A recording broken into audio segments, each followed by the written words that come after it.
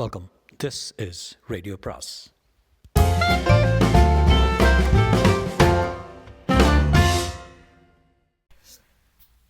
அனைவருக்கும் அன்பு வணக்கம். ராக்கி ரங்கராஜனின் மேடம் அத்தியாயம் 7.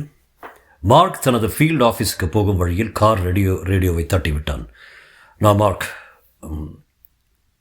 49 பேசுகிறேன். ஸ்டேம்ஸும் கால்வர்ட்டும் எங்கே இருக்கிறார்கள் என்பதை தயவு செய்து உடனே கண்டுபிடிங்கள், அர்ஜென்ட். நான் உடனடியாக ஃபீல்டு ஆஃபீஸ்க்கு போய் கொண்டிருக்கிறேன். சரி என்ற பதில் வந்தது பாலி என்னும் ஆபரேட்டரிடமிருந்து. 12 நிமிடங்களில் அவன் வாஷிங்டன் ஃபீல்டு ஆஃபீஸை அடைந்தான். காரை நிறுத்திவிட்டு லிஃப்டை நோக்கி ஓடினான். தனது ஃப்ளோரை அடைந்ததும் ஆஸ்பிரின் அறைக்கு ஓடினான். ஸ்டெம்ஸ் எங்க? கால்வர்ட் எங்க? உனக்கு தெரியுமா ஆஸ்பிரின்? மார்க் கத்தினான். 1 மணி நேரத்துக்கு முன்னால் வீட்டுக்கு போயிட்டாங்களே. கடவுளே, இப்போது என்னதான் செய்வது என்று மார்க் தவித்தான். யாரிடமும் கேஸ் ஃபிக்ஸ் பற்றிய ரகசியம் எதுவும் சொல்லக்கூடாது என்று ஸ்டேம்ஸ் கடுமையாக எச்சரித்திருப்பது நினைவுக்கு வந்தது. அருகில் இருந்த ஃபோனை எடுத்தான் மார்க். என்னாச்சு பாலி? கால்வர்ட் ஸ்டேம்ஸையும் கண்டுபிடிக்க முடிஞ்சதா இல்லையா? அதான் மீண்டும் மீண்டும் முயற்சி பண்ணிகிட்டு இருக்கேன் சார். ஒரு ஸ்டேஷன் விடாமல் எல்லா இடத்துலையும் கேளு. சாரி சார், 4 ஸ்டேஷன்லேயும் விசாரித்து பார்த்துட்டேன். 5வது 6வது ஸ்டேஷனில் கூப்பிட்டா எனக்கு அதிகாரம் கிடையாது. நீங்கள் அனுமதி அளித்தா. இது எமர்ஜென்சி பாலி, ரொம்ப அவசரமான விஷயம் கூறி அனுமதி கொடுத்தான் மார்க். ஆனால் அந்த 2 இடங்களிலும் அவர்கள் இல்லை. இனிமேல் எங்கே தான் விசாரிப்பது? பதற்றப்படாத மார்க்க என்றார் ஆஸ்பிரின். நீங்கள் பதற்றப்படாமல் குறுக்கெழுத்து போட்டியை போட்டுக்கிட்டே கிடங்கள் சீறிவிட்டு மார்க் வெளியே வந்தான். தன் அறைக்கு சென்று உட்கார்ந்து கொண்டு 1 2 என்று மிக மெதுவாக 10 வரை எண்ணினான். ஏதாவது ஒரு தீர்மானம் செய்ய வேண்டும். செய்கிற தீர்மானத்தை நிறைவேற்றியாக வேண்டும். ஸ்டெம்ஸுக்கும் கால்வர்ட்டுக்கும் ஏதோ நேர்ந்திருக்கிறது. ஆஸ்பத்திரியில் அந்த கிரீஸ்காரனுக்கும் நீக்ரோவுக்கு நேர்ந்தது போல அந்த எண்ணம் ஏற்பட்டதும் உடல் நடுங்கியது. டைரக்டர் டைசனிடம் நேரடியாக பேசினாள் என்ன? ஆனால் அது ரொம்ப பெரிய விஷயம். சாதாரண பதவியில் உள்ளவன் அல்ல அவன். 2 வருட அனுபவம் கூட இல்லாதவன். நினைத்தவுடன் ஃபோனை எடுத்து டைரக்டரை கூப்பிடுவது முடியாது. ஃபோன் மணி அடித்தது. பாலியின் குரல் கேட்டது. கடவுளே, இது ஸ்டெம்ஸாக இருக்க வேண்டும் என்று எண்ணிக்கொண்டான். ஆனால் அவன் பிரார்த்தனை பலிக்கவில்லை. மிஸ்டர் மார்க், இன்னும் நீங்கள் அங்கே தான் இருக்கிறீங்களா? கொலைப்பிரிவு போலீஸார் உங்களிடம் பேச வேண்டுமாமே. இன்ஸ்பெக்டர் ஹோகல் பேசுகிறார். கொடு. யார்? மார்க்கா? ஆமாம் இன்ஸ்பெக்டர். இந்த கேஸ் ஃபிக்ஸின் சமாச்சாரம் என்ன?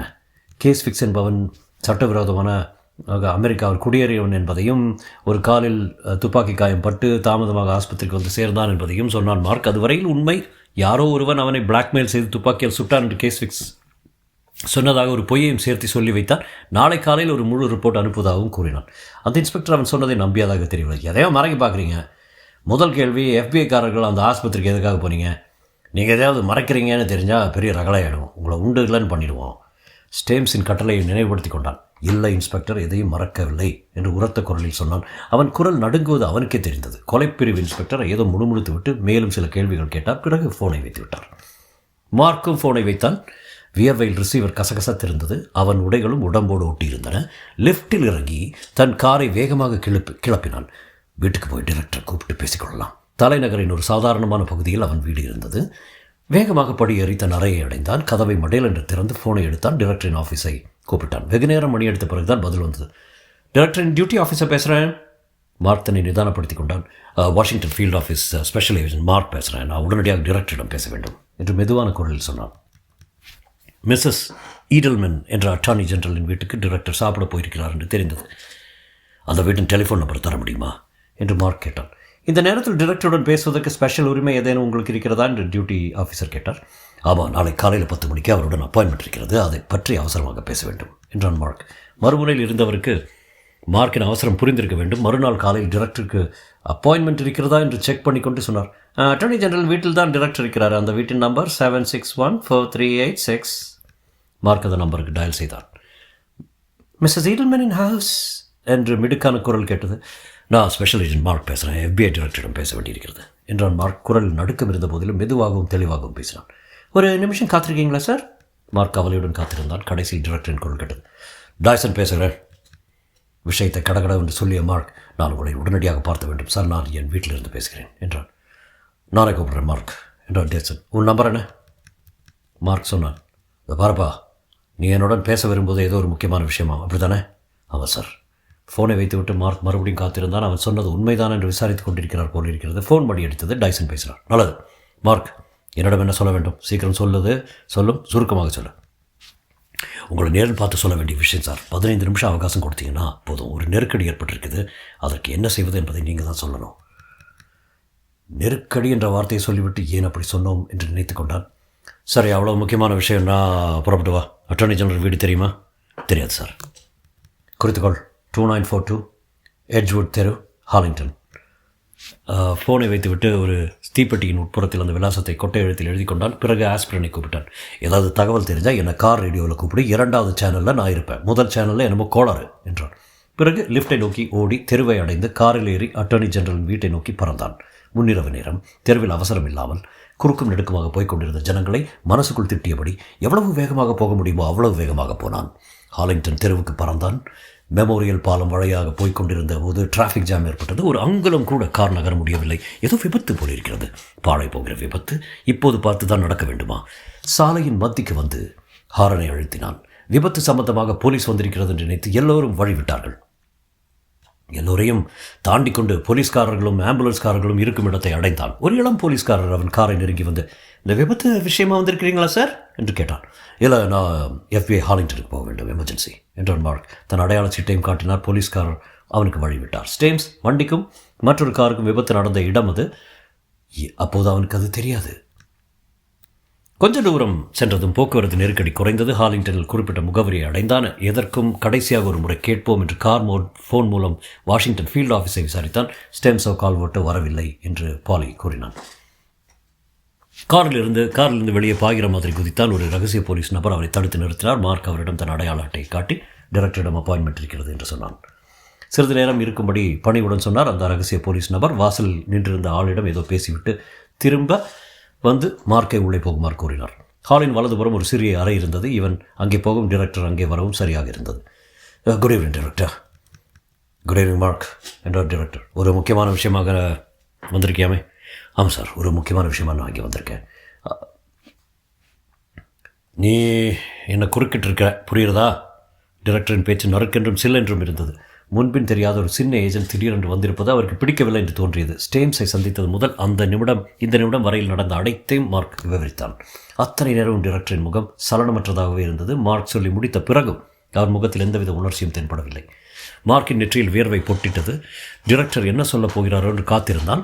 அநேகமாக தன் வேலைக்கு சீட்டு கிழித்து விடுவார் என்று அவன் நினைத்துவிட்ட சமயம் டைரக்டர் பேசினார். அவருடைய முதல் வார்த்தையை அவனை ஆச்சரியத்தில் ஆழ்த்தின. மிக சரியான காரியமை செய்திருக்கிறாய் மார்க்.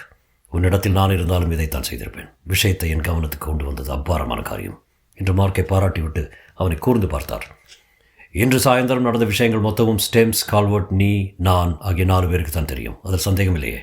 ரகசிய போலீஸிலோ மெட்ரோ போலீஸிலோ இலாக்காவிலோ யாருக்கும் தெரியாது இல்லையா? தெரியாது சார். நம்ம 4 பேரை தவிர வேறு யாருக்கும் தெரியாது.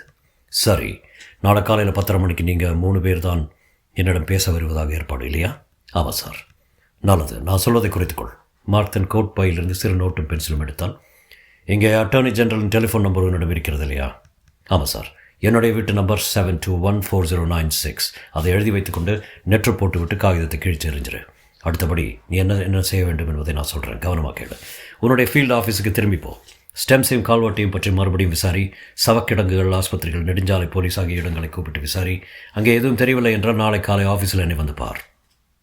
10:30 மணிக்கல்ல, 8:30 மணிக்கு வந்துவிடு. இது உனது முதல் வேலை. 2வது, இந்த விஷயமாக மெட்ரோ போலீஸிலும் கொலைப்பிரிவு போலீஸிலும் யார் யார் விசாரணை செய்கிறார்கள் என்பதை கேட்டு தெரிந்து அவர்கள் பெயர்களை எனக்கு சொல்லு. மறுபடியும் கேட்கிறேன், கேஸ் ஃபிக்ஸ் ஆகி ஆஸ்பத்திரியில் நீ எதற்காக பார்க்க சென்றாய் என்பதை யாரிடமும் சொல்லவில்லையே? நிச்சயமாக இல்லை சார், யாரிடமும் சொல்லவில்லை. நல்லது. அட்டர்னி ஜெனரல் எட்டி பார்த்தாள். ஒன்றும் விசேஷமில்லையே என்று கேட்டார். ஒன்றுமில்லை மேரியன். இவர் வாஷிங்டன் ஃபீல்டு ஆஃபீஸை சேர்ந்த ஸ்பெஷல் ஏஜென்ட் மார்க். இவரை நீங்கள் பார்த்ததுண்டா? இல்லை என்றவள். உங்களை பார்த்தது சந்தோஷம் மார்க் என்றாள். வணக்கம் மேடம் என்றான் அவன். நீங்கள் வர நேரமாகுமா டைசன் என்று கேட்டாள் அட்டர்னி ஜெனரல். இல்லை, இவரிடம் சில விஷயங்கள் சொல்லிவிட்டு இதோ வந்து விடுகிறேன். இது முக்கியமான பிரச்சனையா? இல்லை, கவலைப்படும்படி ஒன்றுமில்லை. விஷயத்தை பூராவும் தெரிந்து கொள்ளும் வரை யாரிடம் மூச்சு விடுவதில்லை என்று டைரக்டர் உறுதி பூண்டுள்ளது மார்க்குக்கு புரிந்தது. அட்டர்னி ஜெனரல் போனதும் எங்கே விட்டேன் என்று கேட்டார். வாஷிங்டன் ஃபீல்டு ஆஃபீஸ்க்கு போய் ஸ்டேம்ஸையும் கால்வர்ட்டையும் பற்றி விசாரிக்க சொன்னீர்கள் சார். நல்லது. அப்புறம் என்ன சொன்னேன்? கொலைப்பிரிவு போலீஸில் உள்ள அதிகாரிகளின் பெயர்களை விசாரிக்கும்படி சொன்னீர்கள். சரி, இதையும் குறித்துக்கொள்.